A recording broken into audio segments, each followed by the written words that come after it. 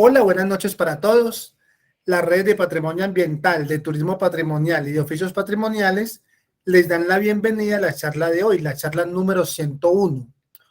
El tema de hoy es participación social para la conservación en parques nacionales naturales de Colombia. Nos va a acompañar el señor Jorge David Guita, que es asesor de participación social en la Dirección Territorial de Andes Occidentales. Don Jorge, buenas noches, bienvenido.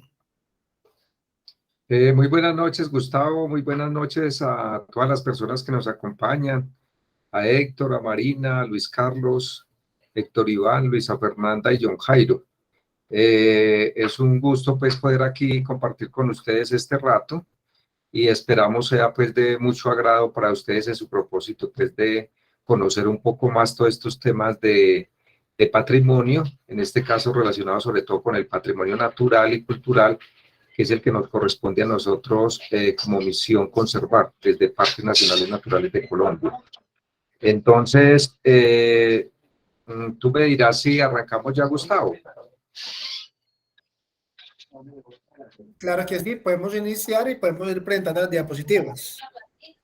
Bueno, entonces voy a proyectar aquí la presentación y por favor entonces me confirman si la están viendo.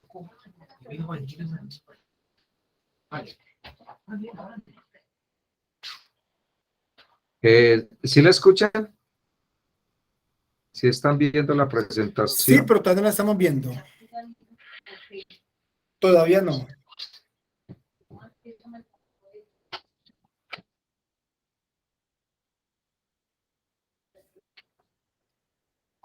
Está en proceso de... Voy a apagar mi cámara para facilitar ahí la presentación. ¿Todavía no la están viendo? Todavía no. ¿Ahí? Tampoco. No le he dado compartir.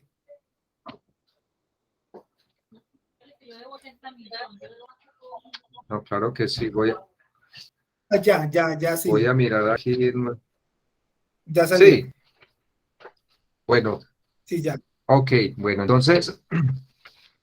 bueno, lo que yo quiero compartirles es, nosotros dentro de Parques Nacionales Naturales desarrollamos pues acciones con muchas comunidades, con muchas organizaciones sociales, con muchas entidades públicas y también de cooperación internacional, y por tal razón hemos construido desde el objeto misional una política de participación social en la conservación. Entonces, lo que les quiero compartir de manera muy general es lo relacionado con esta política. Para ello, pues entonces vamos a hablar de un poco del marco conceptual y algunos referentes teóricos y jurídicos, algunos de los objetivos y ejes de esta estrategia, conocer también el contexto territorial del subsistema Andes Occidentales de parques nacionales, que es la zona en la cual nosotros tenemos nuestro accionar, que ahorita lo veremos gráficamente, y también un detalle de algunos de los actores con los que trabajamos, qué hacemos con ellos, dónde están ubicados, cuál es su contexto cultural y económico y social, de tal manera pues que podamos tener un conocimiento un poco más profundo de todo este tema. Si consideran que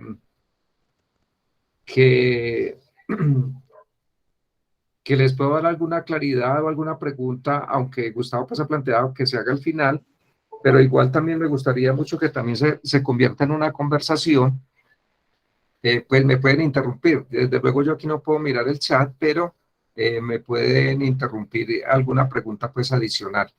Voy a ir también explicándole algunas de las imágenes que están ahí. Por ejemplo, las que vemos en pantalla son las imágenes de la Laguna de la Cocha, que está ubicada en el sur del país, en el departamento de Nariño, cerca de Pasto, y allá tenemos un área protegida muy importante de parques nacionales que se llama el Santuario de Flora Isla de la Corota. Esas imágenes que vemos en la superior corresponde al centro administrativo de esta área protegida, que es una isla, es la única isla que hay de este tipo, porque es una isla lacustre y es muy pequeñita. Estamos hablando de más o menos entre 18 y 19 hectáreas, pero es muy especial precisamente por la característica de su conservación y porque allí es la conexión entre los Andes y la Amazonía. Esta laguna está declarada también como sitio Ramsar.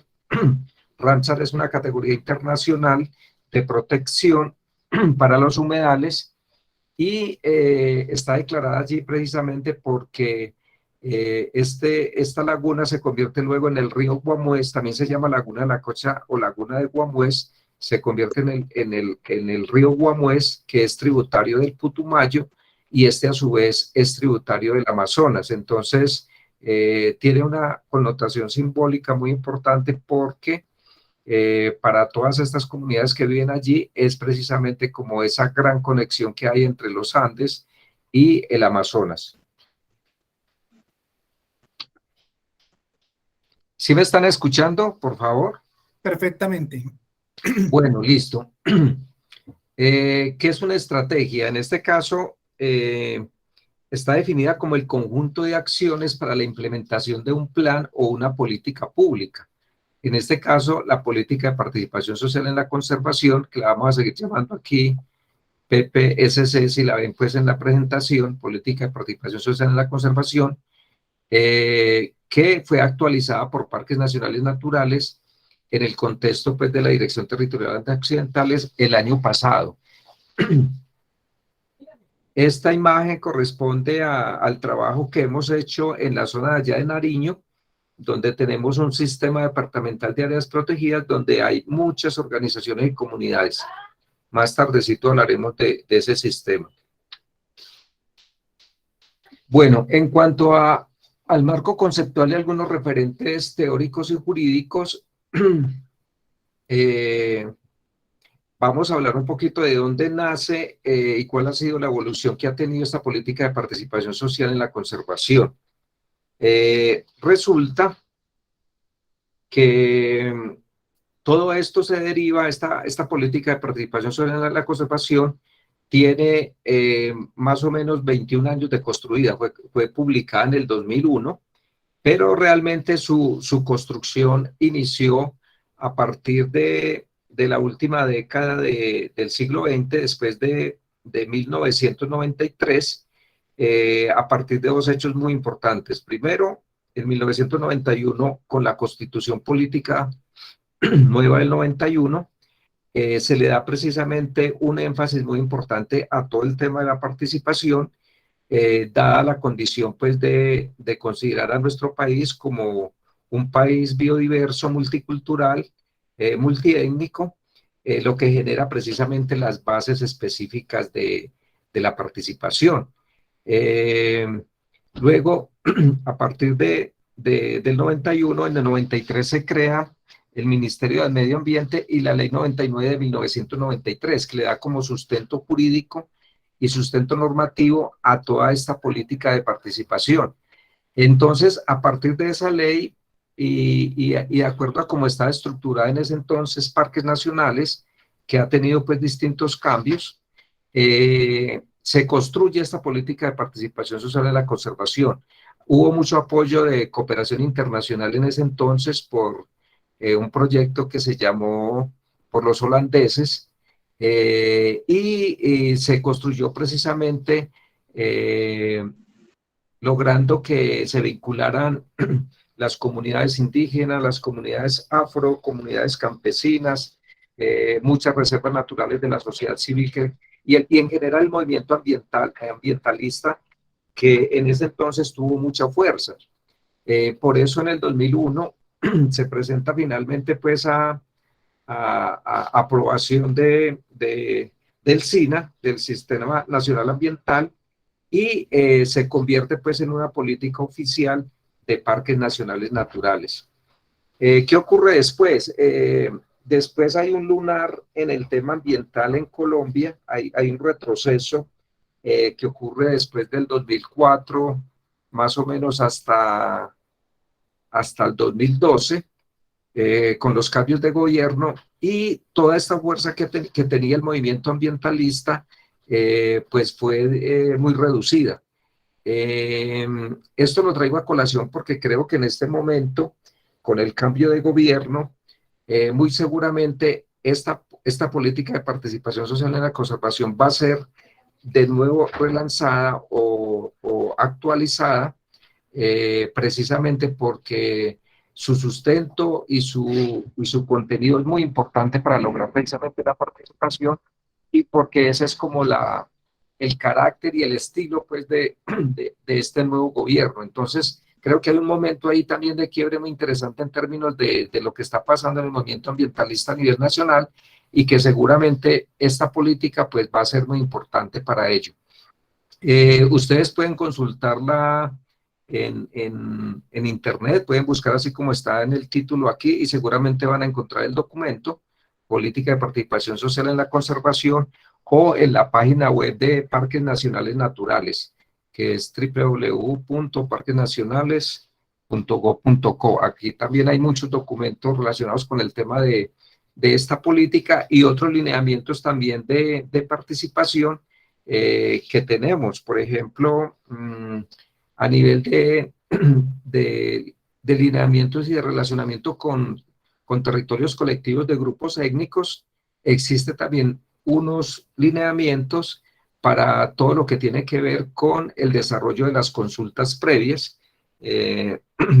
Como ustedes deben saberlo, las consultas previas son un derecho fundamental que tienen los grupos étnicos, no otros pueblos. Por ejemplo, los campesinos no tienen este derecho fundamental a ser consultados cuando una obra, un proyecto legislativo, normativo, afecta a los territorios de estas comunidades. Por lo tanto, muchas de las comunidades étnicas que se traslapan con parques nacionales son objeto de este desarrollo de consulta previa, y por eso tenemos unos lineamientos específicos para hacer este trabajo con ellos. Más adelante igual vamos a hablar en detalle un poco más cuáles son estas acciones que desarrollamos con los grupos étnicos relacionados con los regímenes especiales de manejo, con el relacionamiento en el tema de acuerdos conjuntos, o en otro tipo pues de trabajos interinstitucionales que hacemos con ellos. Bueno, también está el marco institucional del plan estratégico institucional de parques nacionales, que se hace también cada 4 o 5 años, y que está muy relacionado con el plan de desarrollo del gobierno respectivo. Entonces, esto significa que, por ejemplo, ahora con la construcción del nuevo plan de desarrollo del gobierno entrante, este marco institucional de parques nacionales será actualizado, y por lo tanto asume y acoge las directrices del nuevo gobierno. Y hay una política SINAP. Cuando hablamos del SINAP nos referimos al Sistema Nacional de Áreas Protegidas, que es el conjunto de las áreas protegidas que hay a nivel nacional, del cual nosotros como parques nacionales somos coordinadores. Parques Nacionales tiene 2 misiones principales, que es administrar el sistema de parques nacionales naturales, que lo conforman en la actualidad 60 áreas protegidas de carácter nacional, y 4 distritos regionales de manejo, 4 distritos nacionales de manejo integrado, que también son administrados por parques nacionales, pero esa categoría no pertenece pues al sistema de parques nacionales. Pero a nivel nacional existen cerca de 1.500 áreas protegidas, que también son administradas bien sea por las corporaciones, por el Ministerio de Ambiente, o también por los privados, en lo que conocemos como las reservas naturales de la sociedad civil. También más adelantico podemos hablar y ampliar un poco más de esto para que se entienda.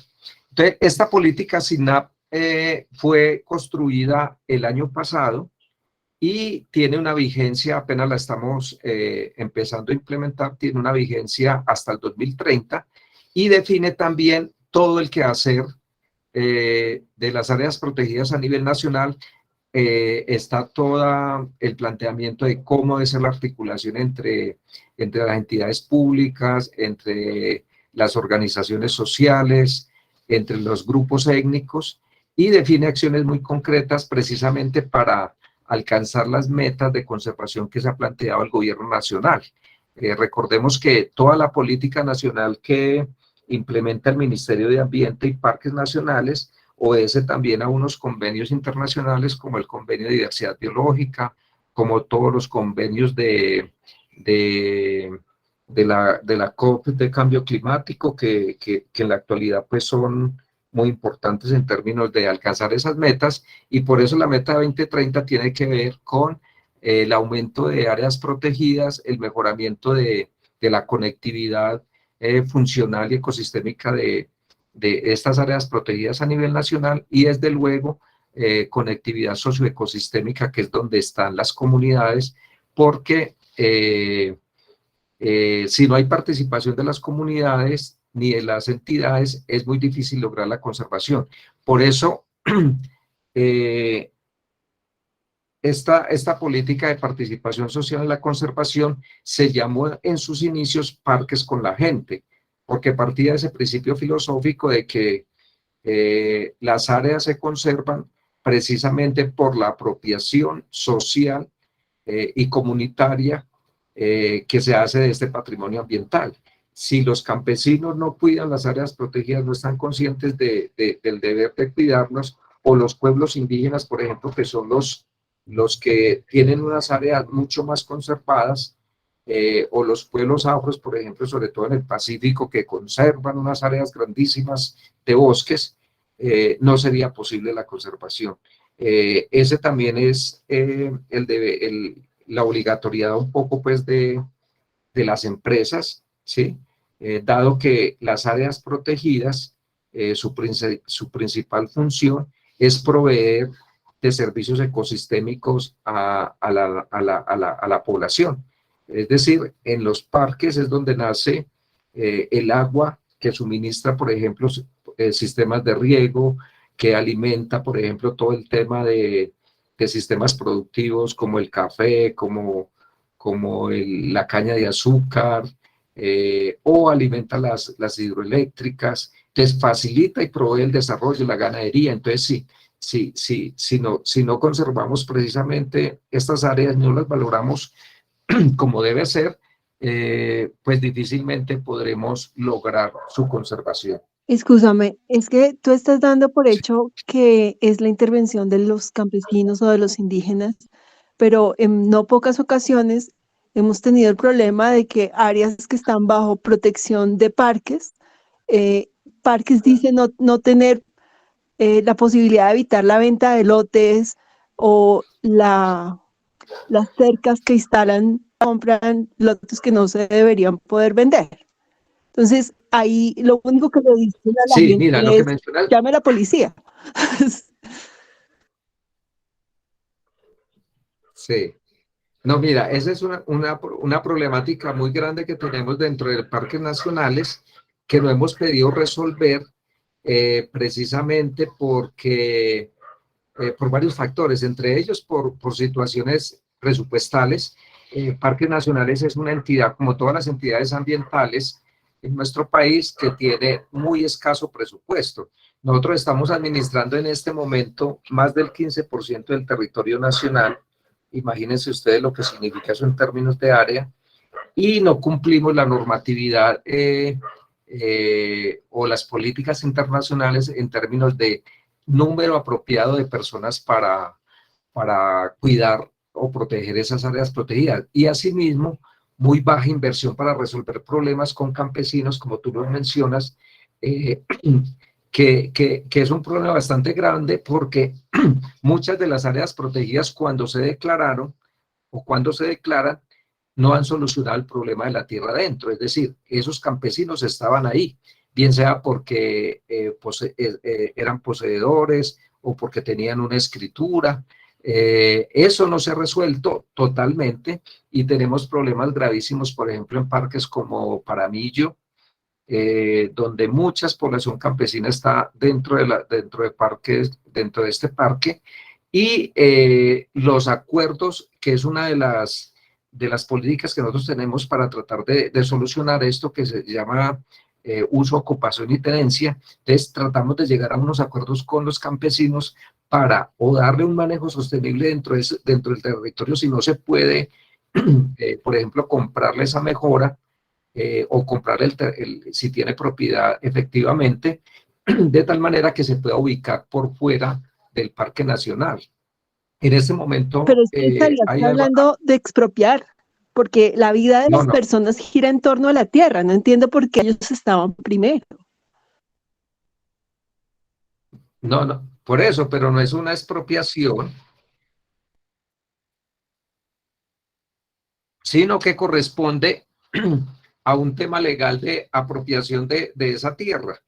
En muchos casos, y no te lo discuto, puede considerarse como una expropiación institucional, que no solamente ocurre en este tipo de situaciones, sino en otros proyectos de infraestructura o demás que tiene el Estado precisamente para poder hacer obras de infraestructura o otro tipo de proyectos y de procesos, pero lo que me refiero es que no existen las condiciones para hacerlo bien hecho. Entonces, ahí hay, digamos, una contradicción bastante grande, y tú lo manifiestas en términos, por ejemplo, de garantizar la conservación de áreas que son estratégicos.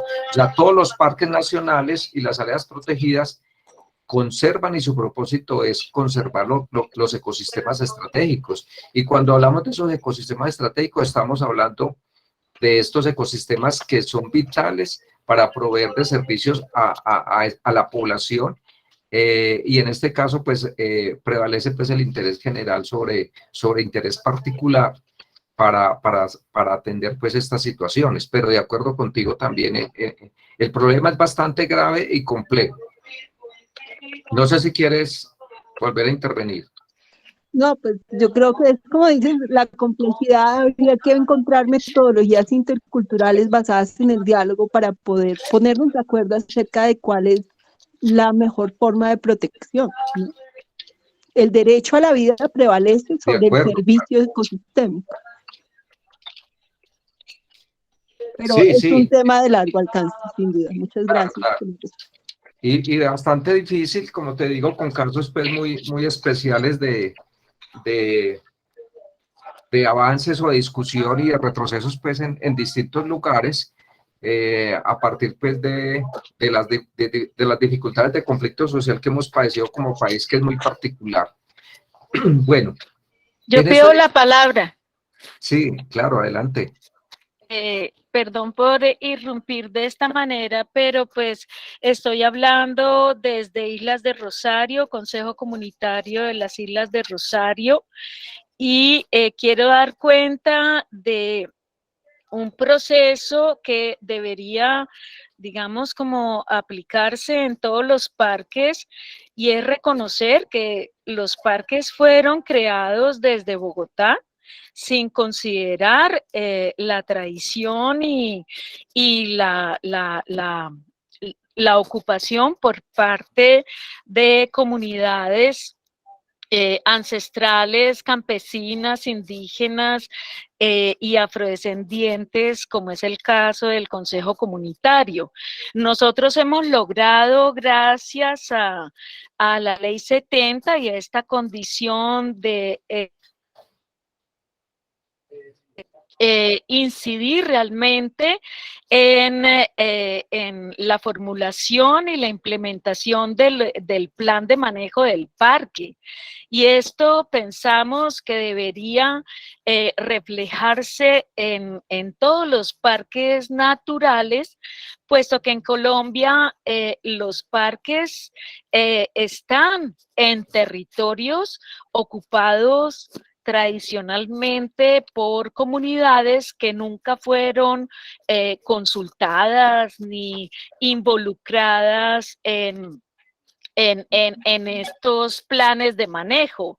Y por eso le pedimos pues que en para la real implementación de un plan de manejo en una zona tan vasta que además como institución Parques no logra realmente hacer control y vigilancia y hacer aplicar esa reglamentación establecida por el decreto 622, que es bastante obsoleto y limitante, que Parques actualice, haciendo interpretación de las jurisprudencias, de los avances jurídicos y garantice realmente la participación de las comunidades que tradicionalmente las han ocupado y que son además las más interesadas y comprometidas en implementar alternativas de aprovechamiento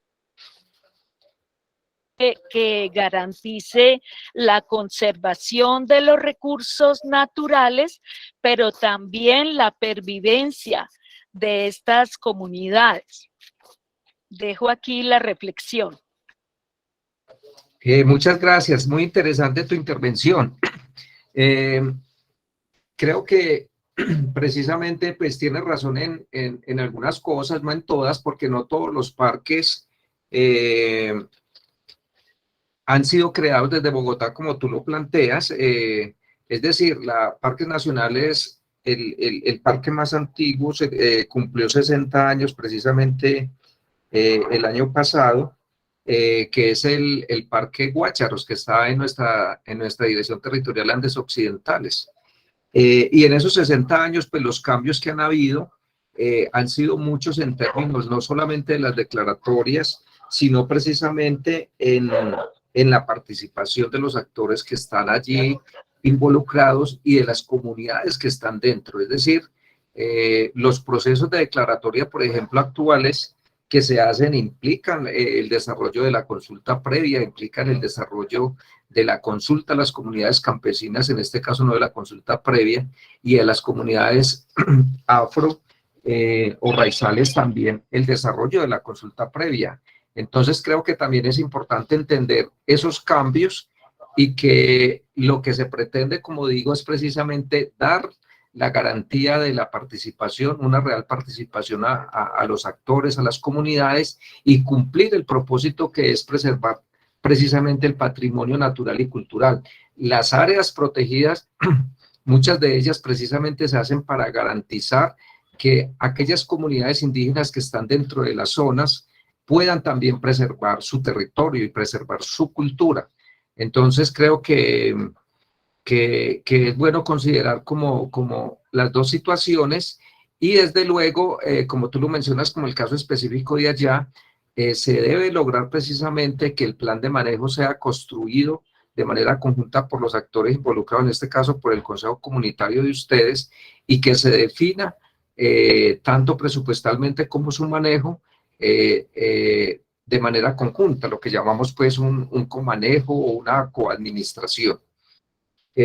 Bueno, volviendo aquí a la diapositiva, el Sistema Nacional de Áreas Protegidas, que está en el primer lado de la izquierda, aquí tenemos pues todos los parques nacionales naturales que están dentro de este sistema. También aparecen las áreas protegidas de las corporaciones y otras, las pequeñitas de las reservas no alcanzan a verse, y luego vemos los subsistemas regionales. Entonces, el sistema nacional está dividido en 6 subsistemas que corresponden también a las regiones naturales de Colombia. Entonces está Amazonía, está la Dirección Territorial Orinoquía, Andes está dividido en 2, que es Andes nororientales, y la nuestra, que es Andes occidentales. Aquí en esta parte es donde hacemos la administración nuestra de 12 áreas protegidas que les mencionaba. Está la Dirección Territorial Pacífico y luego está la Dirección Territorial Caribe. Es muy interesante ver la posición de Andes occidentales. Este subsistema, o es lo que llamamos también sistemas regionales de áreas protegidas, subsistema o CIRAP, tiene la particularidad de que se conecta con los demás subsistemas, se toca, es vecino de todos. Entonces, las acciones y el enfoque de trabajo, pues tiene mucho que ver también como con este relacionamiento supraterritorial. Bueno, aquí en esta otra imagen vemos cómo está dividido por subsistemas temáticos. Entonces, Andes Occidentales lo tenemos subdividido en 4 subsistemas. En la parte sur tenemos el CIDAB Nariño,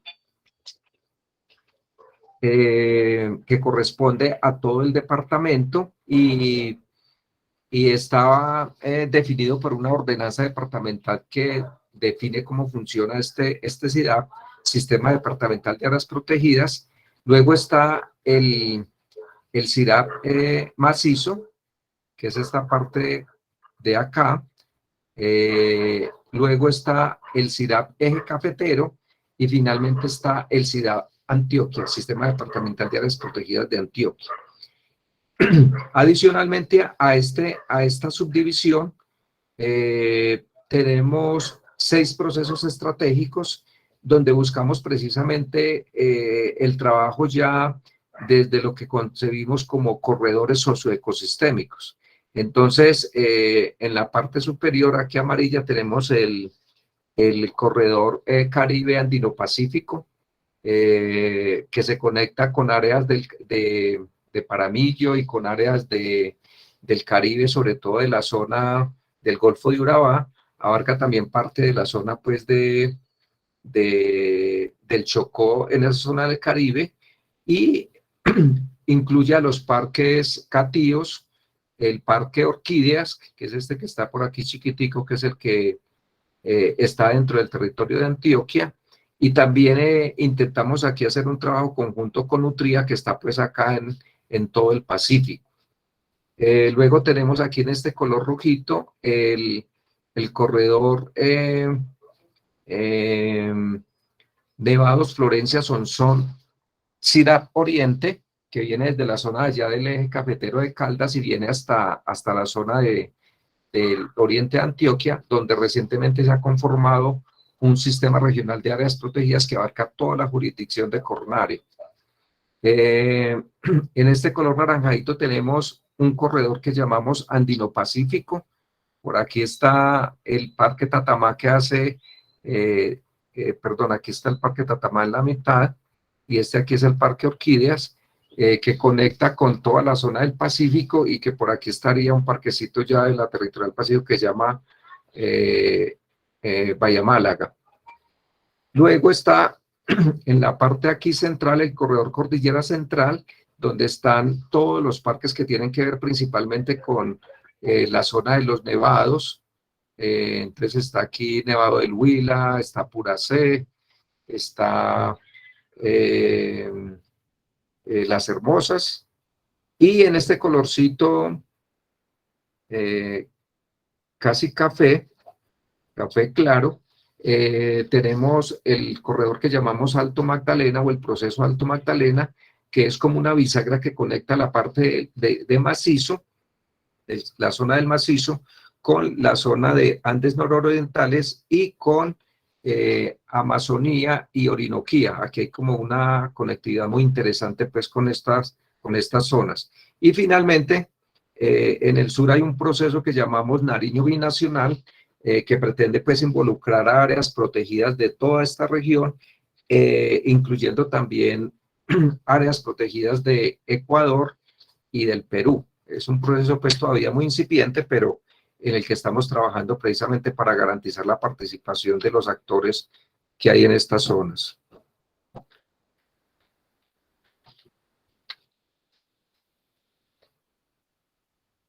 No me quiere dejar aquí. Ah, bueno, ya. No sé qué pasó acá. Bueno, están viendo la diapositiva que dice con relación al país en los Andes occidentales que encontramos. Sí, señor. Ok. Bueno, aquí muy rápidamente, esta zona de Andes Occidentales es muy interesante en el sentido, pues, de que es una de las zonas que tiene mucha población, alrededor del 40% de la población del país, y por lo tanto los impactos en la transformación han sido muy grandes.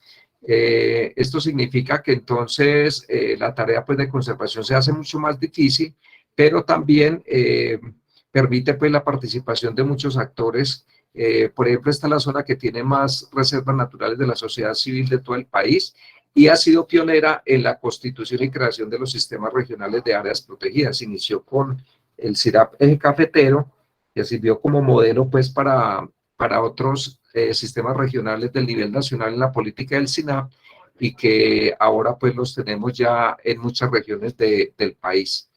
Hay aquí 33 territorios colectivos, alrededor de 282 resguardos indígenas, está el 66% de los glaciares, y tenemos también que hay un 25% de las áreas con tendencia alta y muy alta a la desertificación. El 91% de los volcanes están en esta zona, y los páramos que hay en el país, pues, también están en este territorio. Por eso se hace, pues, muy importante como su conservación.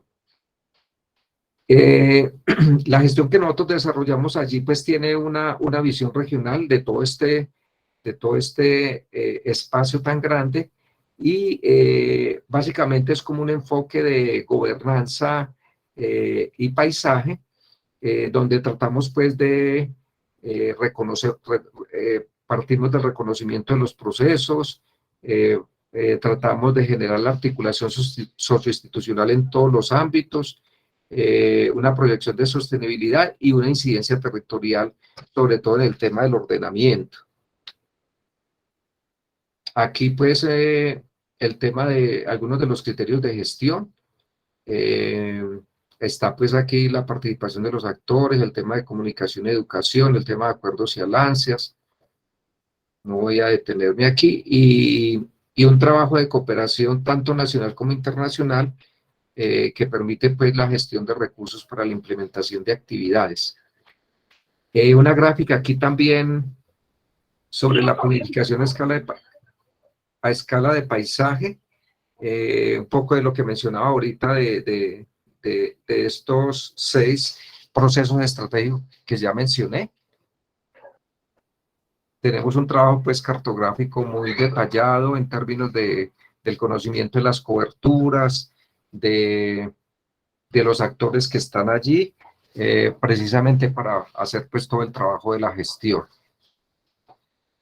Bueno, en esta diapositiva, algunos de los diálogos, acuerdos o alianzas para la gobernanza, de acuerdo, pues, a estos subsistemas que mencionamos. En el caso, por ejemplo, del CIRAP Pacífico, perdón, de la zona del eje cafetero, trabajamos con entidades como Azocazán, Serraniagua, Amitamá, donde está, pues, el Corredor Andino Pacífico. Hay muchas otras organizaciones que están allí. Alrededor de Azocazán, pues, hay muchos consejos comunitarios, hay otras comunidades indígenas en Vera, sobre todo con las que trabajamos en este lado. En Ciudad de Antioquia hemos trabajado con organizaciones como la Fundación Darién, la Organización Indígena de Antioquia, con empresas como EPM, como la Corporación La Ceiba, Isagen también, con la cual hemos trabajado también mucho en el eje cafetero, Semillas de Agua, el Fondo Biocuenca, que tiene que ver con el manejo de varias cuencas en las que se hace un trabajo, pues, de ordenamiento y de trabajo con las comunidades y las organizaciones de allí. Pactos por el agua, como en Chinchiná. En el CIDAD Macizo hemos trabajado con la Fundación Semillas, SEDANPA, con la CAM, con el proceso Reserva de Biosfera y Cinturón Andino, con las corporaciones, Corpocaldas, con Fusandes, con las entidades de cooperación internacional como KfW, WWF. En el CIDAD Nariño también hemos trabajado con WWF, con la ADC, con la con la Reserva Natural de la Ciudad Civil Planada, que ha sido muy importante, y varias organizaciones pues, que existen allí en el Piedemonte amazónico.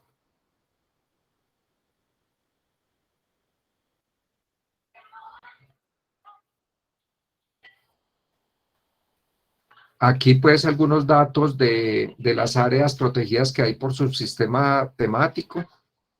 Más o menos en la zona del Ciudad de Antioquia contamos con 88, en el eje cafetero con 223, en Macizo 308 y en la zona de Nariño con 32.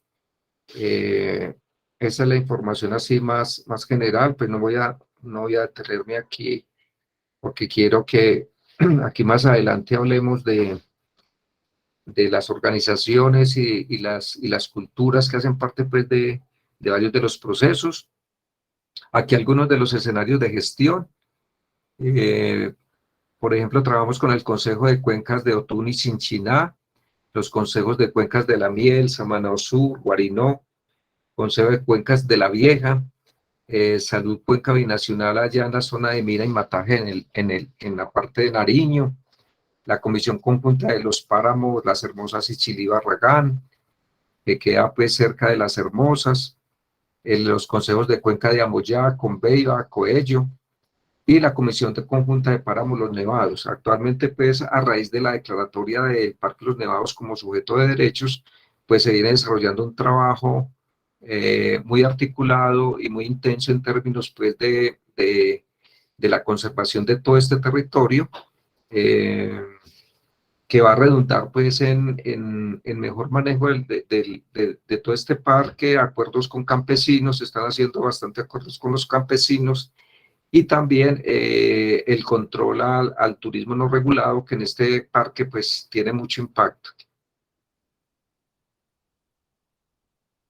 Bueno, los objetivos y alcances de esta estrategia de participación para el caso particular pues, de la Dirección Territorial Andes Occidentales es fortalecer ese relacionamiento y ese trabajo interinstitucional que permite incidir en procesos de ordenamiento y planificación ambiental del territorio, aportando a consolidar, como les mencionaba, procesos de gobernanza orientados hacia la sostenibilidad ambiental desde los diálogos interculturales, no solamente pues los diálogos con los grupos indígenas o comunidades negras étnicos en este caso, sino también en muchos casos propiciar los diálogos, por ejemplo, entre comunidades indígenas y campesinos que en algunos sitios tienen conflictos bastante graves, pero también los diálogos con el sector empresarial y con el sector productivo.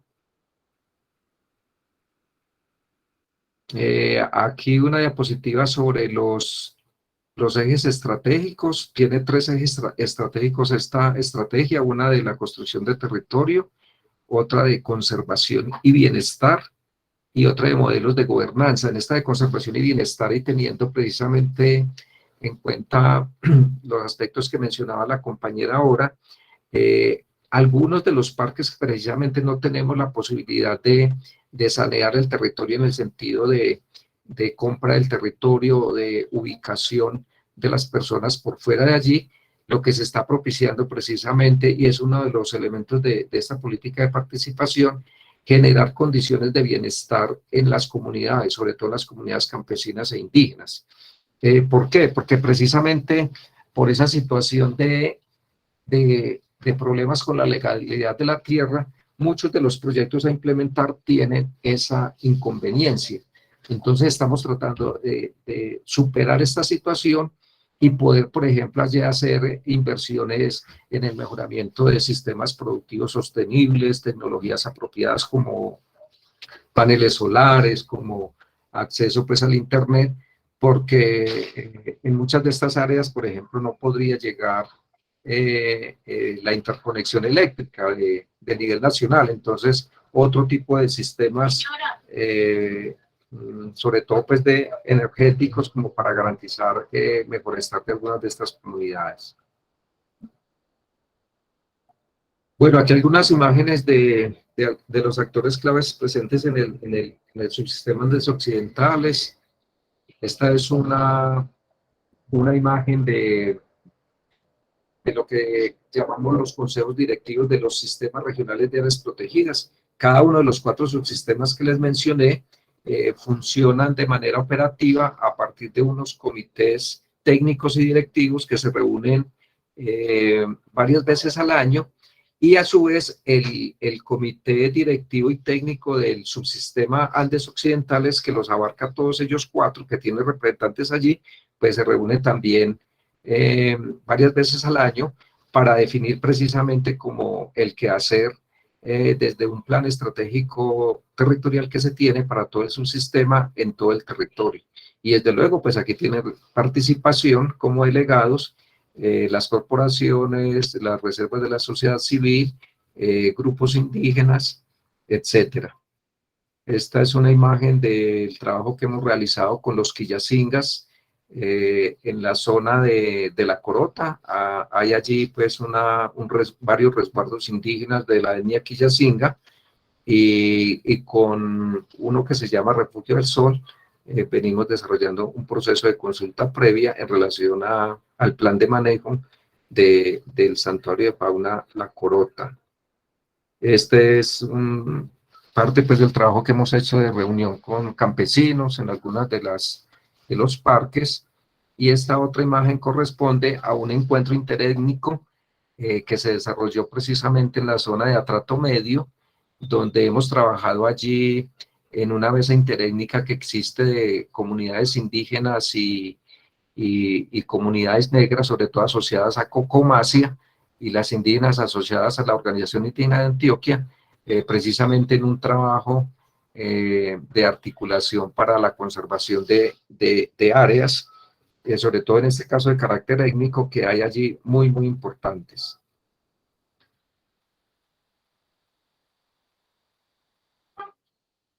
Bueno, aquí en esta diapositiva ilustramos de manera más detallada los procesos de participación con grupos étnicos que desarrollamos en la territorial. Entonces, arrancamos con de la parte superior, que es el parque Las Orquídeas. Es este verdecito que está aquí. Me dice si lo están alcanzando a ver. El parque Las Orquídeas.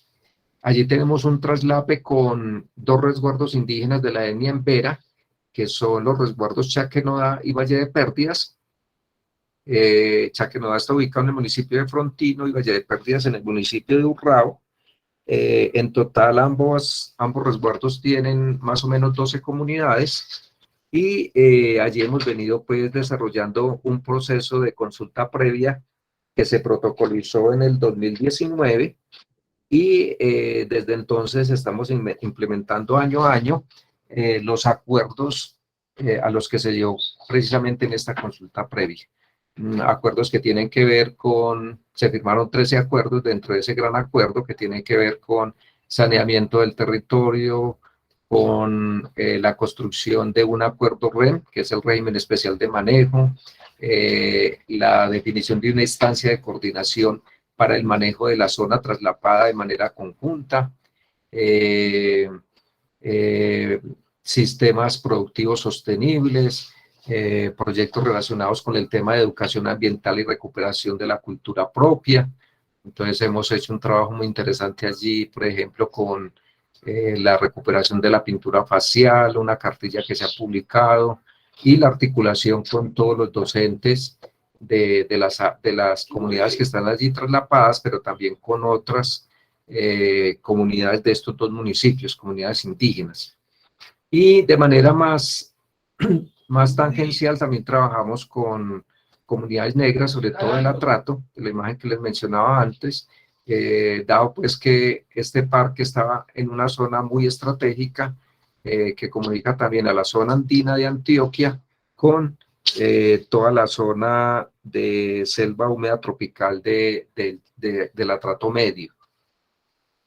Bueno, más abajito está el parque Tatamá, es este que está aquí, y allí tenemos colindancia con varios consejos comunitarios adscritos a Socazán, con el Consejo Comunitario Santa Cecilia, Pachichí, también con los consejos comunitarios de Cocobán, y con los resguardos indígenas de Tarena, que pertenecen a la etnia Empera. En este momento estamos precisamente en un proceso de ampliación de esta área protegida y estamos en la fase de aprestamiento precisamente para realizar la consulta previa que obliga, en este caso, a varias comunidades, 2 consejos comunitarios y 2 resguardos indígenas, a pesar de que no existe un traslape con ninguno de estos territorios. Es decir, cuando me refiero a traslape físico, es que el resguardo o el territorio colectivo no está dentro del área protegida,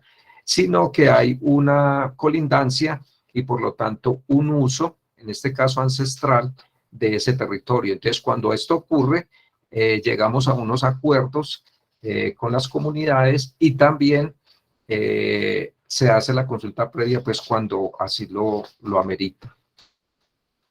Bueno, luego estamos aquí más abajo en el Parque Las Hermosas. Este es el Parque Las Hermosas. Allí hay una comunidad de la etnia Pijao que se llama Amoyala Virginia, con la que se tiene pues una relación incipiente y conflictiva, precisamente porque hay una situación de ocupación de un territorio que no estaba dentro del parque pues como resguardo, y entonces se está generando aquí pues un conflicto que estamos intentando resolver a través pues del diálogo y el consenso. Este que sigue es el Parque Nacional Natural Nevado del Huila. Allí tenemos un traslape con el resguardo NASA de Gaitania, y con el cual no hemos hecho consulta previa, sino un acuerdo que se llama REM, o Régimen Especial de Manejo. Esto es construir precisamente a partir del diálogo, de la reflexión, de los encuentros permanentes y el trabajo conjunto de las 2 autoridades, o sea, la autoridad indígena y la autoridad de parques nacionales, un acuerdo de manejo en esa zona traslapada, un poco similar pues a los acuerdos de consulta previa, pero que en este caso no es un acuerdo de consulta previa, sino de régimen especial de manejo. Entonces allí también año a año, a partir de la definición de un plan estratégico, desarrollamos actividades también muy similares a las que mencionaba arriba. Aquí pues hemos trabajado fundamentalmente el tema de sistemas sostenibles productivos. Ellos son grandes productores de café, entonces mejorando ese sistema productivo, el tema de los recursos hídricos, porque hay un impacto grande de ganadería en la zona de páramo y también en los afluentes, y trabajamos también un proyecto muy interesante de comunicación y educación ambiental relacionado precisamente pues con la apropiación tecnológica por parte de la comunidad para difundir contenidos relacionados con la conservación ambiental. Adicional al resguardo NASA de Gaitania, hay otros resguardos que también pertenecen a la etnia Nasa, que están en el Cauca y en el Huila, que son Bitoncó, Tacuelló, Toribío, San Francisco, Huila, Belalcázar, San José y Toes, y con ellos también se tienen relacionamientos más incipientes o menores, también relacionados con el tema de sistemas productivos sostenibles. Con ellos, aquí hay un trabajo muy interesante de un corredor que llamamos Corredor de Conexión Cosmoecológica NASA, que involucraría precisamente al Parque Nevado Los Huila con Las Hermosas, y que abarca áreas que son precisamente pues de estos resguardos y que son zonas de páramo muy importantes pues precisamente por el tema de suministro hídrico para las poblaciones que hay en todo este territorio. Aquí más abajito está el resguardo Puracé, el Parque Nacional Natural Puracé. Es un parque muy importante y muy interesante en parques nacionales, porque allí está la estrella hidrográfica, la estrella hídrica de la que nace el Cauca y el Magdalena, y por lo tanto, pues la importancia cultural que tiene para los pueblos, sobre todo de la etnia Yanaconas. Hay un pueblo aquí, una comunidad que se llama Papayacta, que está cerquita de la laguna de la Magdalena, donde nace el río Magdalena y el Cauca. Entonces con ellos se tiene pues un trabajo de conservación, y también hay otros resguardos como el resguardo Puracé, Coconuco y Paletara, que son de la etnia Coconucos, y con ellos también se tiene un trabajo desde hace muchos años relacionado fundamentalmente, sobre todo con el resguardo de Puracé, al ecoturismo comunitario, dado que hay allí una zona o una infraestructura básica que Parques la cedió a este resguardo y que ellos administran desde un acuerdo y un manejo conjunto también, a partir pues del tema del ecoturismo, que libera la presión sobre ganadería que ellos tienen en algunos de los territorios.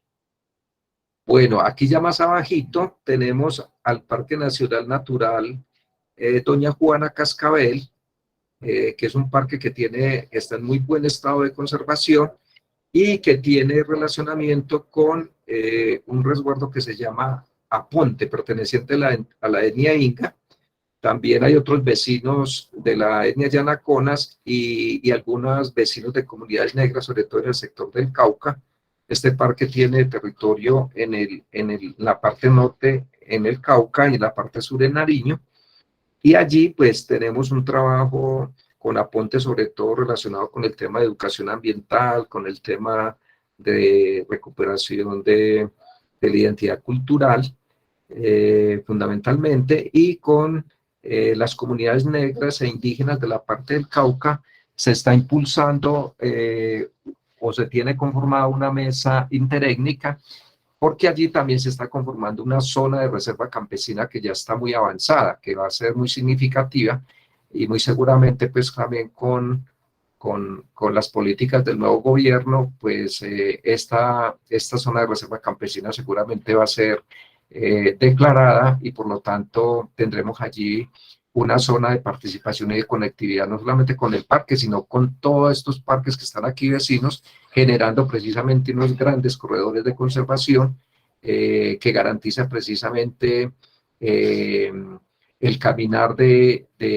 especies sombrillas como el jaguar, como el puma, como el oso de anteojos, que son precisamente estos valores objeto de conservación que permiten precisamente garantizar o determinar la salud de muchos de los ecosistemas. Bueno, y finalmente aquí más abajito ni siquiera se ve, porque como les decía, es muy pequeñita, está el santuario de fauna Isla de la Corota, donde tenemos un proceso de relacionamiento y de consulta previa con el resguardo Quillacinga, Refugio del Sol, al cual pues ya me he referido anteriormente. Bueno, no sé por el tiempo, porque me ha dicho Gustavo que la idea era conversar una hora y después atender y resolver algunas preguntas. Yo voy a pasar aquí de manera rápida algunas de las diapositivas de otros procesos de participación con campesinos y reservas naturales de la sociedad civil y con otros actores, de tal manera que ustedes tengan pues un panorama un poco más amplio. Entonces, como les decía, con los campesinos tenemos acuerdos red, los llamamos así, en muchas de las zonas cercanas a los parques, porque se hace pues alrededor de los parques, que son acuerdos pues de restauración principalmente. Entonces tenemos pues en todos estos parques que les mencioné procesos ya más detallados y concretos. Y a nivel pues de las reservas naturales de la sociedad civil, tenemos alrededor de 459 en todo nuestro subsistema, que como les decía es el subsistema que tiene más reservas naturales en todo el país en cuanto a número, no a áreas, sino a número, que equivalen a 36.820 hectáreas más o menos, porque esta es una información con corte al 2021, o sea, de hace un año, y la conformación y la creación de las reservas es muy dinámica, por lo tanto hay muchas más. Cuando hablamos de las reservas, son las que están registradas en el RUNAP. El RUNAP es el Registro Único Nacional de Áreas Protegidas. Entonces, hay muchas otras estrategias de conservación o reservas naturales que no están dentro de este registro y que son numerosas. Por ejemplo, solamente en Antioquia, por darles el caso, hay más de 200 reservas naturales de la sociedad civil que no están registradas, y por lo tanto registradas aparecen creo que como 37 o 40. Esa misma situación pasa para todo el subsistema y para todo el país. Esa forma de conservación que nosotros llamamos otras estrategias complementarias de conservación, tienen ahora la posibilidad de ser reconocidas en una figura que se llama la SOMEC, otras medidas efectivas de conservación basadas en área, y que la política SINAT 2021-2030 que les mencionaba, las acoge y que las va seguramente a registrar pronto. Bueno, procesos de participación con sectores productivos en la dirección territorial. Entonces les mencionaba que tenemos acuerdos con empresas, por ejemplo, con la construcción del túnel del Toyo, relacionadas con infraestructura vial. Entonces tenemos unos acuerdos de restauración y reforestación. Muchos de esos están haciendo allá en el Parque Orquídeas. Tenemos también acuerdos sobre hidroenergía con EPM y GENMAS. Hidroenergía con la CHEC y EPM en el caso de Caldas. Por el lado de Nevados, acuerdos también de infraestructura vial con otras empresas, ecoturismo comunitario también con algunas organizaciones comunitarias a las que se hace todo este trabajo de acuerdos de concesión. Hay también acuerdos con empresas de servicios públicos, sobre todo que suministran agua o que tienen acueductos como Aguas de Pereira. Hay también acuerdos con empresarios de la caña, con empresarios del arroz, con sector minero, con otros proyectos de hidroenergía. Bueno, no me voy a extender aquí por el tema pues del tiempo. En participación con universidades y en el tema de investigación, tenemos acuerdos y trabajo con muchas de las universidades que están en toda esta zona. Entonces, en Antioquia, pues con la Universidad de Antioquia, con la Universidad Nacional, con los institutos de investigación como el Humboldt, principalmente pues en toda esta zona, aunque también con el IAP. Trabajos de investigación con WWF, con entidades de cooperación internacional como WCS, con las CAR, en fin, con todas las universidades pues, que están en todo este territorio. No voy aquí a mencionarlas. También desarrollamos un trabajo muy importante de educación ambiental y comunicaciones. Esto precisamente pues porque es una de las estrategias claves de participación, o sea, es la manera de llegar a la gente, de transformar hábitos, de transformar pensamientos, de incidir en la formación curricular pues de los colegios, de las universidades, y también en la constitución de los centros de interpretación ambiental. Los centros de interpretación ambiental son aquellos espacios donde precisamente se sirven como de antesala a las áreas protegidas en algunos parques. Entonces es como la sala de recibo donde se explica las características del área, los cuidados, las medidas de manejo que se desarrollan allí, cómo funciona, cómo se administra. Y a nivel de toda la territorial tenemos en la oficina de Medellín un centro de interpretación ambiental que aprovechamos pues para invitarlos. Hoy estuvo visitándonos precisamente Gustavo con algunos compañeros de su equipo de la red de patrimonio, donde dimos una charla específica sobre el tema de patrimonio natural y cultural, y desde allí pues es un espacio también cultural de la ciudad donde se hacen exposiciones, hay un espacio para los niños, etcétera, y en otras zonas también existe. Los parques in situ también son aulas ambientales, por decirlo así, como la Corota. La Corota tiene un sendero natural y entonces en las guianzas que se desarrollan así, pues se hace toda una interpretación de la flora, de la fauna, cuál es la contribución de ese espacio pues a cambio climático, etcétera.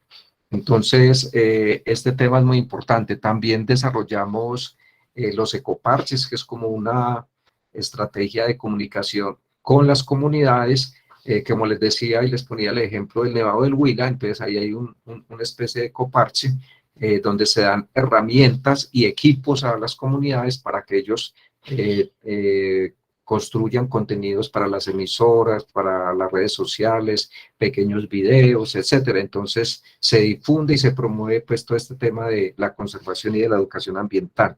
Esto también está muy relacionado con muchas actividades que hacemos pues de promoción, por ejemplo, el Día del Oso, el Día del Puma, el Día del Agua, el Día de Parques Nacionales, el Día del Guardaparques, todo esto pues permite promocionar y motivar desde las redes sociales y desde las acciones que hacemos en campo en cada lugar, todo lo que tiene que ver con comunicación.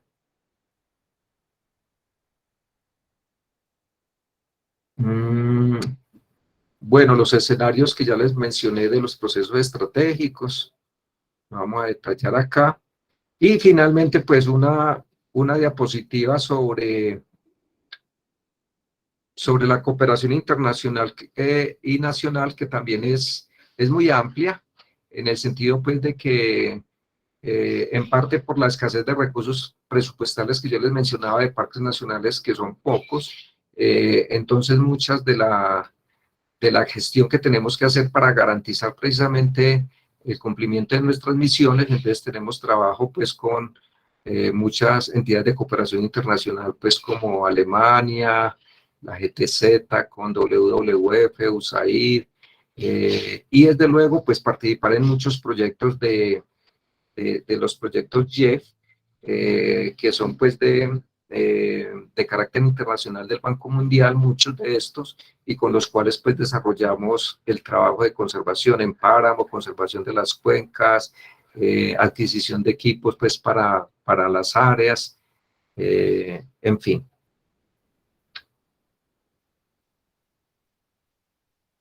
Esta imagen de superior es el Centro de Interpretación Ambiental que les mencionaba de la Dirección Territorial Andes Occidentales, donde hoy pues se hizo una charla y una conferencia sobre patrimonio. Este que está aquí a la derecha es Pilimbalá, que es en la zona del Cauca, que está administrada precisamente por el resguardo Puracé de los Coconucos. Y esta imagen de acá abajo corresponde a una asamblea del proceso de consulta previa con las comunidades indígenas en Vera de orquídeas. Esto fue en el 2019. De esta manera, entonces, termino pues de hacer mi presentación, de tal manera pues que podamos escucharlos a ustedes.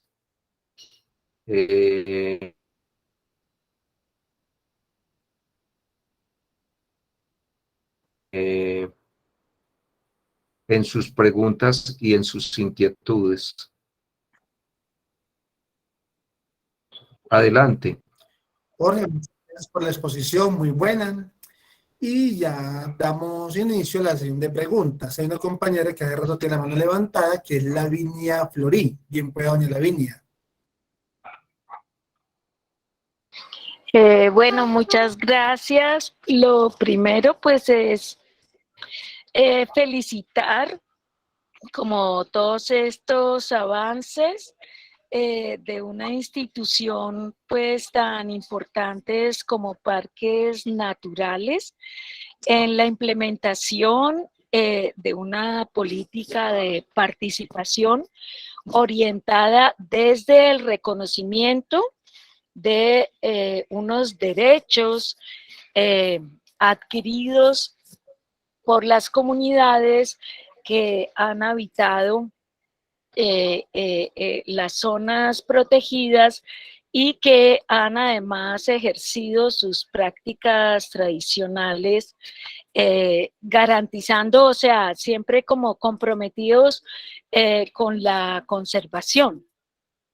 Pero quiero también insistir un poco en los tropiezos que en este proceso nos hemos ido encontrando ya en el ejercicio de la participación, porque de todas maneras se requiere como que esa reglamentación generada por el decreto 622 y que sabemos pues que Parques ha hecho muchos esfuerzos por actualizarlo ante el Congreso, pero entonces le meten micos enseguida y toca sacarlo y pues de esa historia la conocemos, pero sí sentimos y nos vemos frustrados como comunidades entusiasmadas con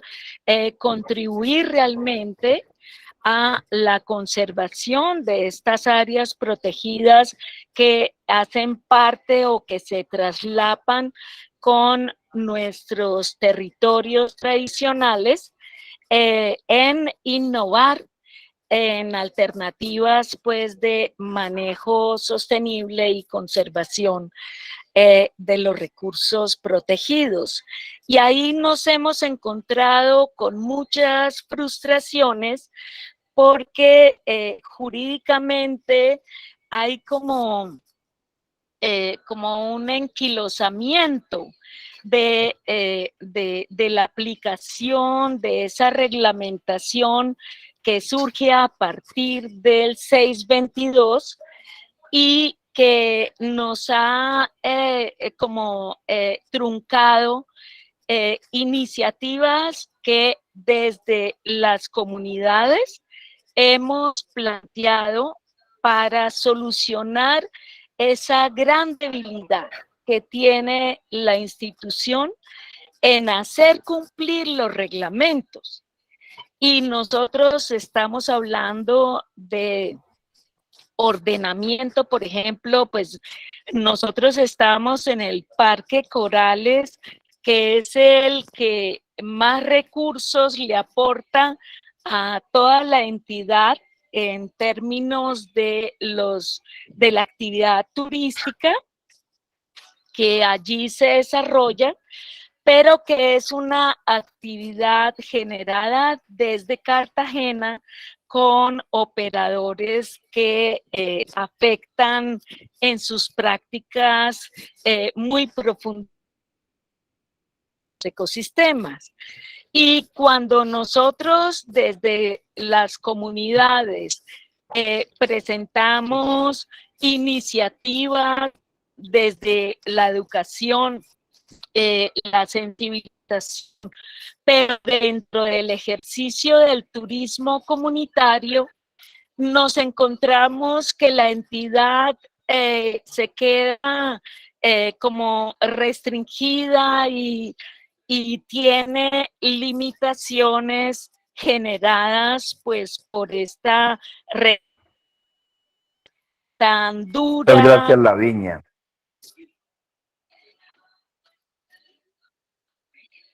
Bueno, dejo aquí si ya no puedo ampliar.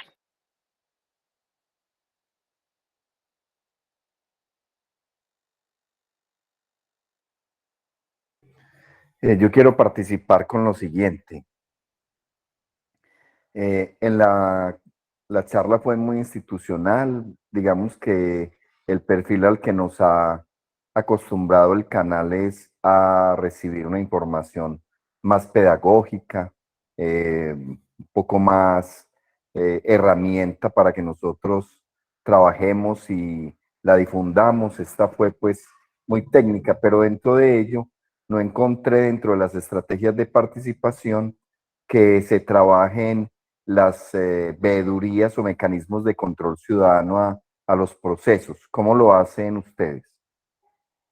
No, nosotros, debido a la consulta previa del plan de manejo, logramos el reconocimiento de las prácticas de aprovechamiento de los recursos naturales tradicionales, como la pesca, el aprovechamiento del manglar, desde el turismo comunitario, que tuviera un espacio de participación en el plan de manejo.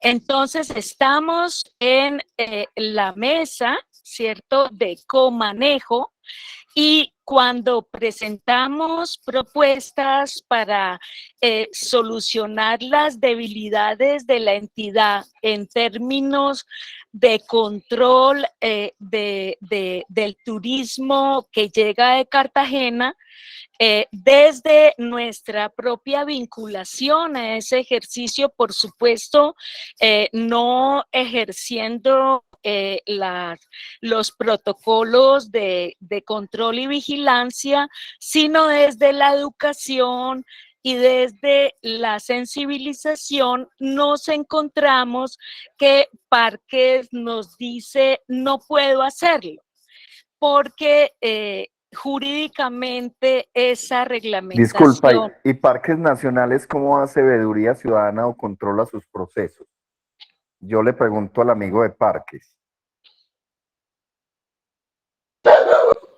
Hola, mira, Sí, que pregunto cómo hacen el sí, sí. proceso de control ciudadano, que es parte de la ley 850, pero también de un mecanismo muy importante en cuanto a veedurías que ofrece la ley 850. ¿Cómo lo hacen ustedes? Bueno, mira, pues estaba un poco por la línea de lo que mencionaba Lavinia, en el sentido de que la veeduría surge a partir de estos acuerdos que se definen con las comunidades de acuerdo a los instrumentos que se aprueban. Es decir, para el caso de la consulta previa, se firma un acuerdo, se protocoliza, donde el Ministerio Público y el Ministerio del Interior son garantes precisamente de esos acuerdos. Entonces, en este caso, el Ministerio del Interior es quien realiza parte de esa veeduría, y el Ministerio Público, pero también las comunidades, a partir de lo que nosotros llamamos el mecanismo de coordinación. Entonces, un acuerdo red o un acuerdo de consulta previa plantea la definición de un mecanismo de coordinación conformado por las dos autoridades, la autoridad en este caso étnica y la autoridad de parques nacionales, y a partir de ahí también de la conformación de un comité técnico y un comité coordinador, se establece el funcionamiento y el seguimiento a los procesos y a los acuerdos.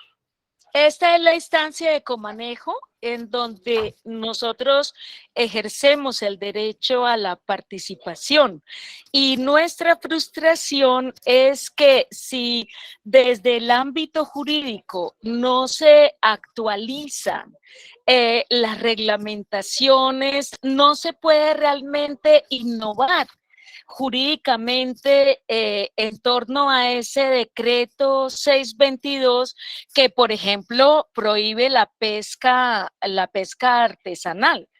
Y nosotros hemos logrado abrirle brechas y boquetes a esta reglamentación, pero no hay realmente como un ejercicio de actualización o reinterpretación jurídica de ese decreto 622, que es el que establece los reglamentos en parques. Y por lo tanto nos encontramos un poco como con una muralla, porque nuestras propuestas innovadoras no pueden ser validadas a la luz de esa reglamentación. Y allí hay un cuello de botella que lo que requiere es de lo que nosotros decimos creatividad Muchas jurídica. gracias por la explicación, muy bien, muchas gracias. Perdón, yo entiendo ambas preocupaciones, ¿cierto? Una es jurídica y la otra es un poco fiscalizadora y es la de las veedurías. Pero nos hemos acostumbrado en un país lleno de corrupción, creo que nadie lo puede negar, a que se define un mecanismo, se define algo como plan especial de manejo. El plan especial de manejo implica que las comunidades se organizan y deciden por un mecanismo de representación que claramente no es tradicional ni autónomo, que una persona va a ir a firmar a nombre de un colectivo que autoriza o no autoriza una serie de normas, por ejemplo, un mecanismo de participación que se ha llamado, y esa es precisamente la causa de los conflictos internos que genera parques. Entonces, qué pena ser tan directa. Yo soy odontóloga. A mí el diente o lo curo o lo saco, ¿cierto? Pero esta permanente noción de mecanismos estratégicos que finalmente en territorio no se dan, porque además Parques está en esos casos descentralizado. Entonces, uno va donde la dirección regional le dice, eso le corresponde al director del parque. Uno va a hablar con el director o la directora del parque y la directora o el director del parque dice, es que eso no es competencia del parque.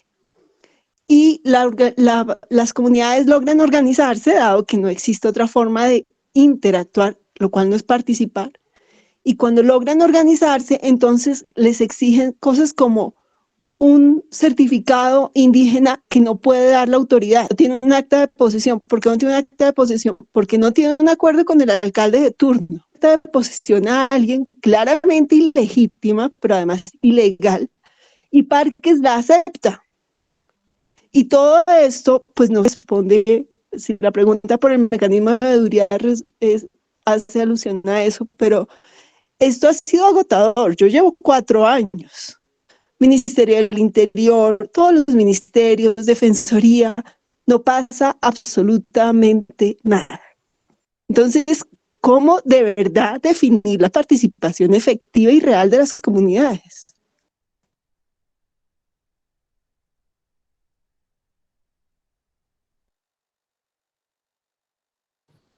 Bueno, entonces,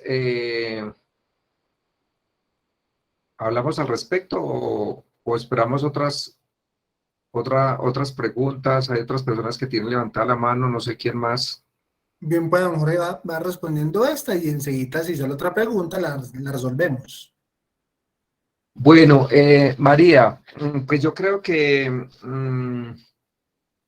todas estas limitantes que tienen que ver con una real participación, que lo que tú mencionas es una situación pues muy general en nuestro país y muy dolorosa, y que obedece pues a cómo funciona toda esta estructura del Estado, pues de la que uno no puede decir que no ocurre. Adicional a todo este tema pues del entramado burocrático, pero también del entramado de corrupción que tú mencionas y del entramado de la escasez, perdón, presupuestal. Pero yo creo que hay situaciones específicas, o sea, tú te refieres a un caso específico, me supongo, de alguna área en la que tú estás, pero en el caso nuestro de la Dirección Territorial de Occidentales, pues muchos de los procesos en los que nosotros estamos, trabajamos desde esta perspectiva pues de la implementación de esta política, que como digo, contiene pues todos estos elementos de buscar una real participación de las comunidades, y hay unos procesos muy interesantes y muy exitosos. Es decir, el ejemplo que les menciono del Parque Nacional Natural Las Orquídeas, de cómo se ha hecho este proceso de consulta previa, obedece no a que firme, de que vaya el representante del Cabildo Mayor y se reúna con nosotros y a partir de un documento que nosotros construimos técnico, entonces se firma. No, ha sido un proceso incluso de años O sea, para nosotros llegar a este proceso de firma de la consulta previa, tuvieron que pasar más o menos una década o tal vez más de relacionamiento, con subidas y bajadas, con dificultades, con problemas. Pero creo que esa es parte precisamente del enfoque nuestro, del diálogo y de la participación con la gente para garantizar la conservación de esas áreas y para cumplir la misión que, como digo, es conservar el patrimonio natural, pero también la diversidad cultural que existe en estas áreas protegidas. Cambio o pregunta siguiente o comentario. Sí, una pregunta concreta. ¿Cómo se relaciona una comunidad que no hace parte de un resguardo en parques? ¿Cuál es el mecanismo directo de participación de una comunidad sin tener que ser resguardo?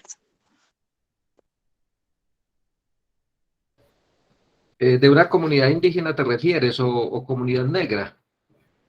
Cualquier ¿O una persona. comunidad campesina? Las comunidades de parques suelen ser mixtas. Por eso, bueno, entonces, es que no hablamos solamente de las comunidades al interior, por eso nosotros les mencionábamos que trabajamos desde la implementación del SINAP, del Sistema Nacional de Áreas Protegidas. Entonces, en esos corredores más amplios, porque nosotros no concebimos este sistema como áreas, islas, son áreas del sistema que sirven como áreas núcleo precisamente para garantizar en lo posible esa conectividad socioecosistémica, esos otros corredores que son gigantes y que son los que verdaderamente posibilitarán la conservación de los ecosistemas estratégicos.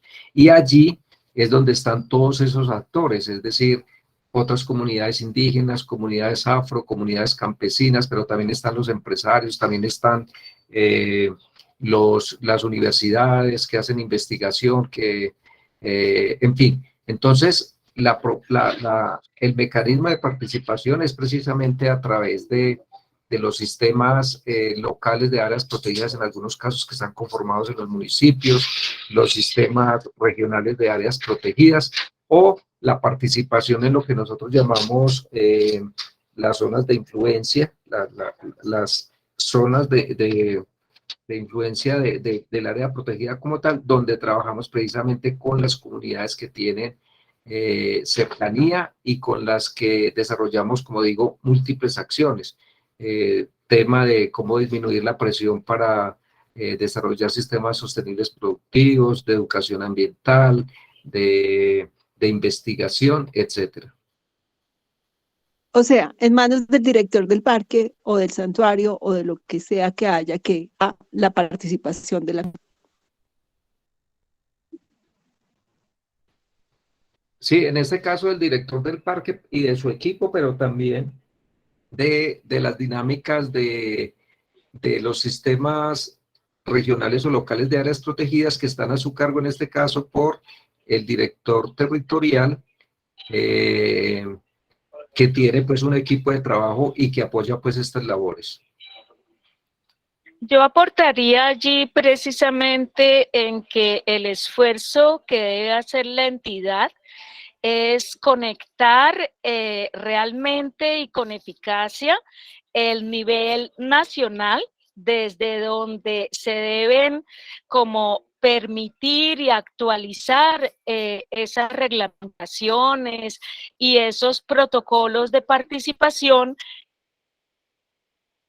local, porque muchas veces el jefe del parque nos dice, no, yo no tengo potestad, debo consultarlo. Después se va al nivel territorial, donde también nos dicen, no tengo potestad y debo consultarlo. Y no logramos llegar a el nivel central, sobre todo a esta oficina jurídica, que es la que debe un poco actualizar todos esos reglamentos a la luz de esas nuevas como posibilidades y oportunidades de participación social que surgen a partir pues de la Constitución del 91.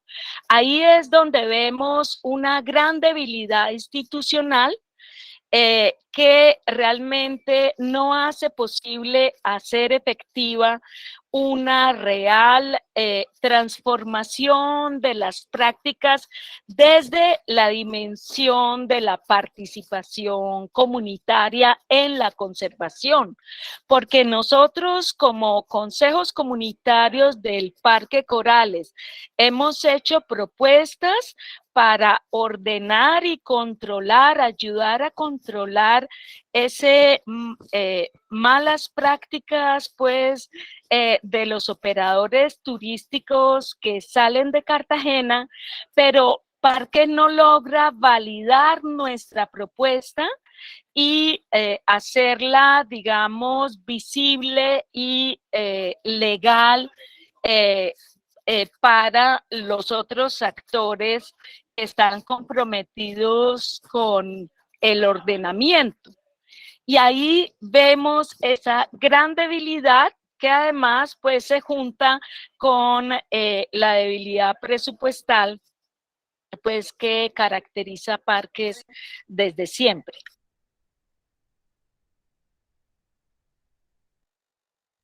Yo voy a ser un poco más propositiva, pero porque una estrategia de participación directa. Quedamos en manos de la voluntad de una persona y su equipo. Y repito, vivimos en un país todavía plagado de corrupción. Así es que quiero ser más propositiva. La Fundación Tradición Oral le pregunta a Julia, perdón, se me olvidó el apellido,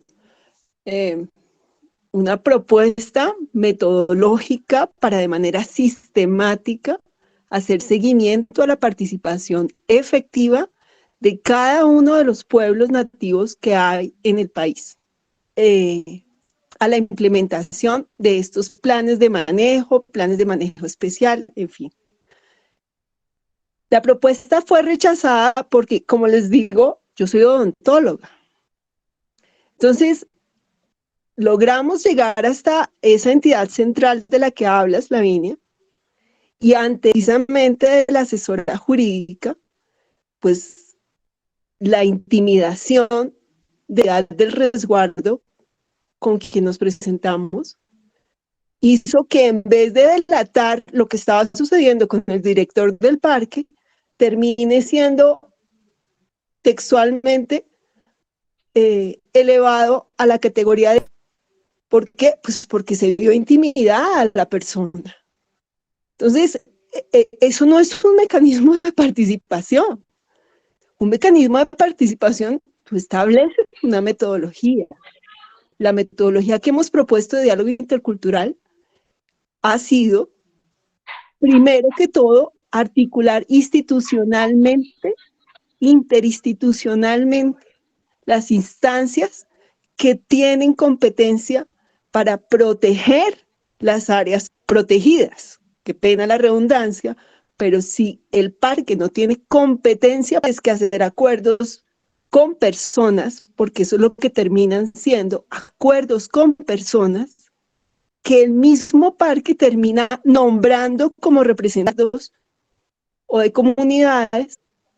Lo que hay es que articularización, cultura, saneamiento, para ahí sí mirar a ver cómo proteger el área, pero que la policía sea quien va a estar a cargo de la protección y evitar la venta de lotes, eso no va a pasar nunca.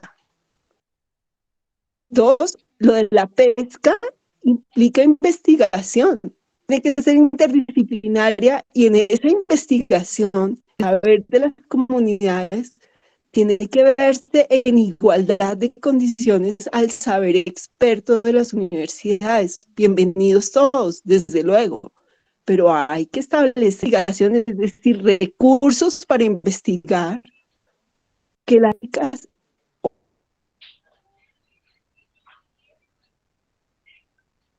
puedan disponer para poder llevar a cabo esos procesos de investigación de largo aliento. No es investigar cómo sacarlas, sino investigar cómo sus saberes y los expertos aportan para poder generar estrategias de seguimiento al área protegida. Y vuelve fundamental, el turismo tiene que ser una posibilidad también para las comunidades locales. como lo que pasa en Coral, por ejemplo. Entonces, de otros lugares que sí puede explotar el turismo local, pero quienes están allí no. Entonces, si no hay fuentes de trabajo, pues obviamente que no va a haber quien se apropie de la protección de esas áreas. Y por último, más importante, es que estas estrategias de participación sean intergeneracionales. Por eso hablo, en primer lugar, de la articulación interinstitucional. Porque si no hay una mirada de estas áreas protegidas en el largo plazo, ecológica y digna en términos del trabajo, porque el turismo que se está generando en estas áreas es perverso. Así es que si no se mira intergeneracionalmente a qué estamos llamando turismo, va a ser posible proteger las áreas, porque el dinero llega arrasador, sobre todo cuando se trata de turismo. Muchas gracias, qué pena la insistencia, pero si no existe una ley que implemente la ley estatutaria de participación, tienen que existir efectiva en la sistema. Gracias. Doña María, muchas gracias por la intervención. Don Luis Ruiz levantó la mano. Sí, buenas noches a todos los participantes. Don Luis. Sí, me presento, mi nombre es Carlos Ruiz, desde la ciudad de Pasto. Yo tenía una pregunta sobre el tema, digamos, que hablan de articulación institucional y todo esto, pero ¿qué pasa cuando la misma institución o la institucionalidad es la que tiene intereses propios en el área que se pretende proteger?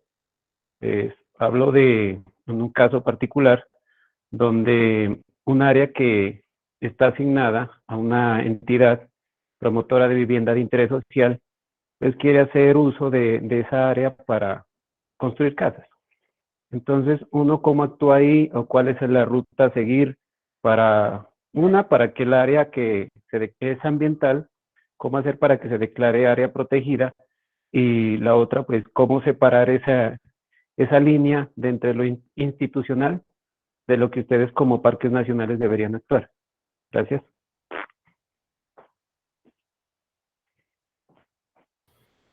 Hola Luis, muchas gracias por tu pregunta. Un saludo por allá a tu tierra.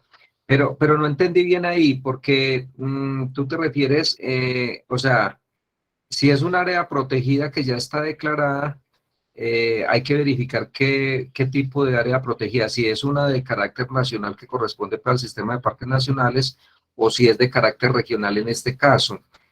O si es una iniciativa que apenas está en proceso, porque no entiendo por qué esa entidad que tú dices estaría encargada de su administración, pues tiene un conflicto de intereses por el tema de vivienda. Si me das un poquito más de aclaración. Sí, o sea, el área, pues por la altura y todo eso, pues entraría, digamos, en tema de reserva, ¿no? Como algo así. Pero ¿está Pues declarada es o una no? iniciativa ¿O que es está un iniciando. ecosistema No, estratégico? es una iniciativa que se está adelantando por parte de la ciudadanía, pues por la preocupación de que esta área se convierta en un futuro en un área, pues, de viviendas de interés social. Entonces son 64 hectáreas, de las cuales 8 hectáreas están, digamos, actualmente inclusive tienen un proyecto de agricultura urbana, periurbana. Entonces, la intención nuestra es de que esta área sea declarada pues como un área protegida o algo así, porque la verdad con todo ese proceso que está llevando el ente municipal, están deteriorando todo el suelo, están deteriorando el ecosistema, o sea, la preocupación de nosotros es bastante. Entonces, lo que buscamos es cómo activar esa ruta para que nosotros, dentro de nuestras acciones, podamos acercarnos a ustedes como parques y poder, no sé, en una eventual acción futura, que esta área se declarara también un área de protección o un área, un parque natural. Ya. Mira, bueno, no, entonces Yo lo que te invito es, allá en Nariño, pues está constituido el SIDAR, el Sistema Departamental de Áreas Protegidas, que tiene pues nosotros participamos ahí como parques. Están los 3 parques, que es Galeras, está Doña Juana y La Corota, pues participan en las reuniones que tienen que ver con esto. Y sobre todo está a cargo de la Gobernación de Antioquia, de la Gobernación de Nariño, que tiene la Secretaría Técnica. Si tú tienes la manera de acercarte o no sé si a través mío también podemos hacer ahí el puente, pues plantear allí como la situación ya más concreta y empezar a participar desde esa inquietud y buscar la manera pues de lograr que esa área que ustedes estaban queriendo conservar y que es una iniciativa ciudadana comunitaria, efectivamente lo pueda lograr.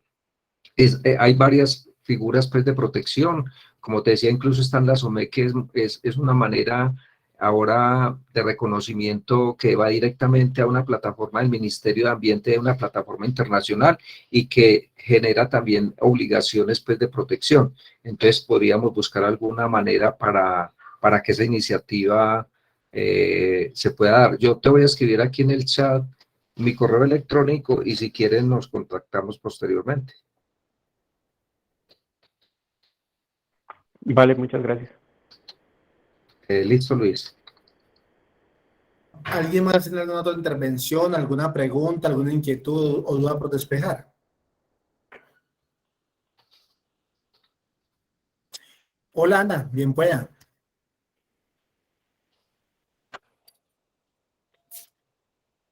Ana, dale. Buenas noches, ya lo aprendí, ¿cierto? Sí, ya. Buenas noches, gracias por la exposición, estuvo a la altura tanto del expositor como de los participantes. Estoy muy contenta porque miré todo lo que hemos logrado, los consensos, las ayudas, las alianzas. Muchas, muchas gracias a nuestro expositor y a los compañeros que nos atendieron el llamado. Y a Gustavo se lució. Felicitaciones. Cedo el micrófono. Gracias, Ana. ¿Alguien más tiene alguna otra inquietud o pregunta para realizar?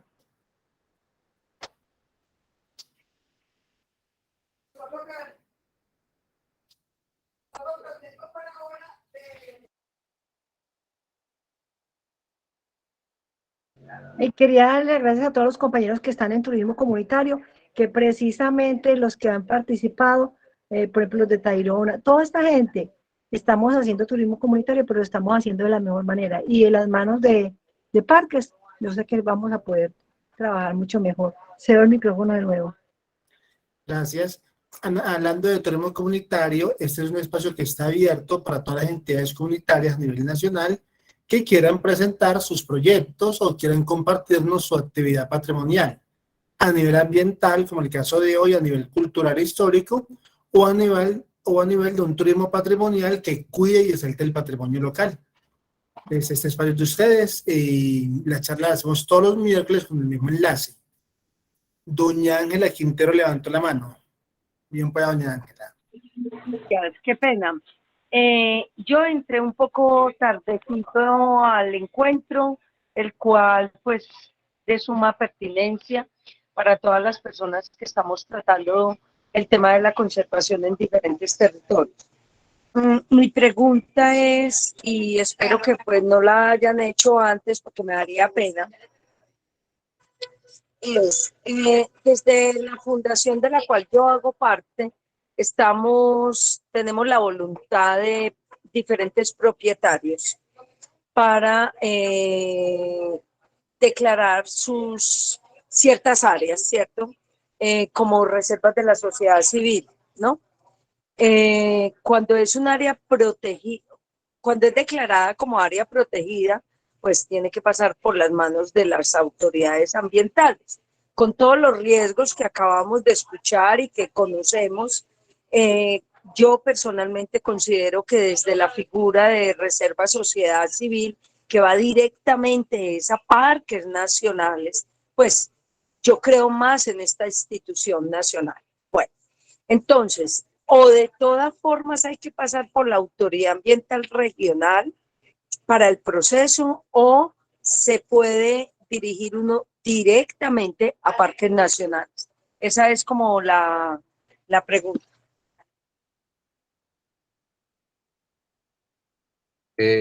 Hola, Ángela, es que es tu nombre, ¿cierto? Sí, muchas gracias. Mira, para la declaratoria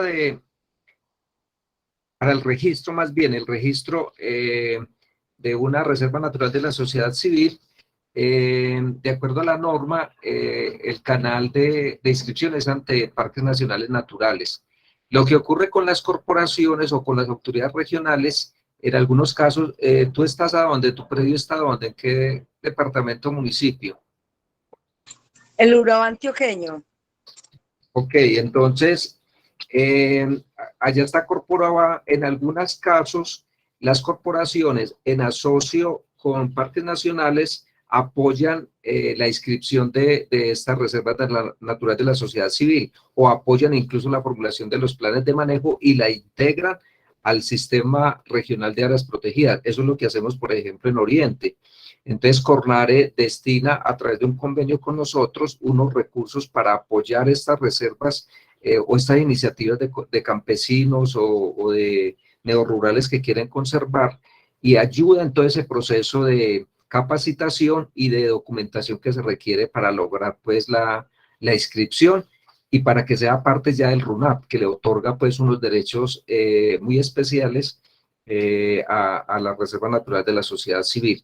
Entonces yo me supongo, para el caso de Concorporaba no trabajamos mucho esta parte, ustedes lo pueden hacer directamente. Allá se pueden apoyar por la oficina de parques nacionales, que creo que está en apartado, o no sé en qué municipio allá, que pertenece a la Territorial Caribe, o directamente pues con nosotros también. Aquí voy a anotar también nuevamente mi correo, y nosotros te podemos enviar, por ejemplo, la información que se requiere. Hay una profesional dedicada específicamente a este tema y que apoya esa labor en parques nacionales naturales, tanto pues de la dirección territorial nuestra como del nivel nacional. Entonces también te podemos dar orientación específica para que logres registrar el predio como reserva natural de la sociedad civil. Perfecto, pero nosotros como fundación que hoy tenemos identificados estos predios, ¿cierto? Porque no es uno solo, sino que son varios, podemos intervenir en la gestión. Sí, claro que sí, claro. Ustedes apoyan, pero la reserva se inscribe con el propietario, o sea, el propietario es el que tiene que hacer el registro, y ustedes como asociación, que también es una figura que existe ahora, podrían convertirse, si así lo desean, en una organización articuladora, que es como como un nodo de reservas naturales de la sociedad civil, o una red que apoya y también se inscriben ante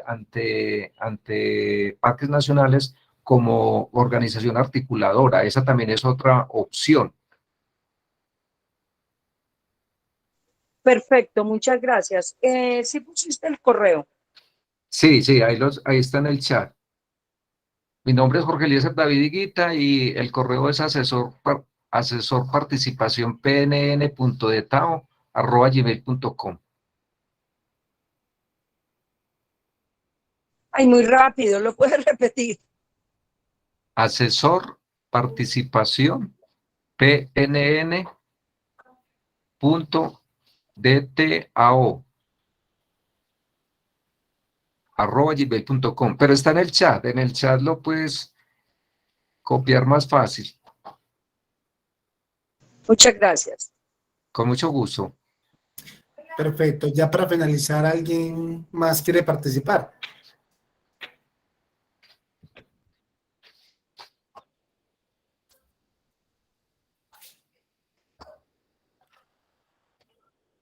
Bueno, entonces, siendo así, Gustavo, yo creo que Ya damos por podemos... terminado el programa. Le agradecemos por la exposición, por el tiempo, por el espacio que nos brindó.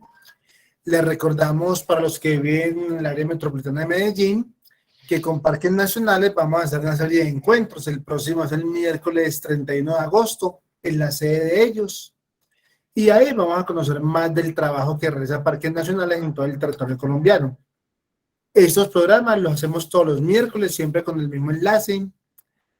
Cada 8 días hacemos un tema diferente o un municipio diferente.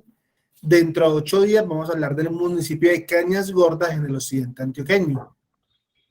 A todos muchas gracias por acompañarnos. Este programa queda grabado en el canal de YouTube Red de Patrimonio Ambiental de Antioquia. Una feliz noche para todos y muchas gracias por estar con nosotros, por acompañarnos esta noche. Muchas gracias. Gracias, feliz noche. Hasta luego. Feliz noche. Muchas gracias, feliz noche. Chao, chao. Gracias, hasta luego.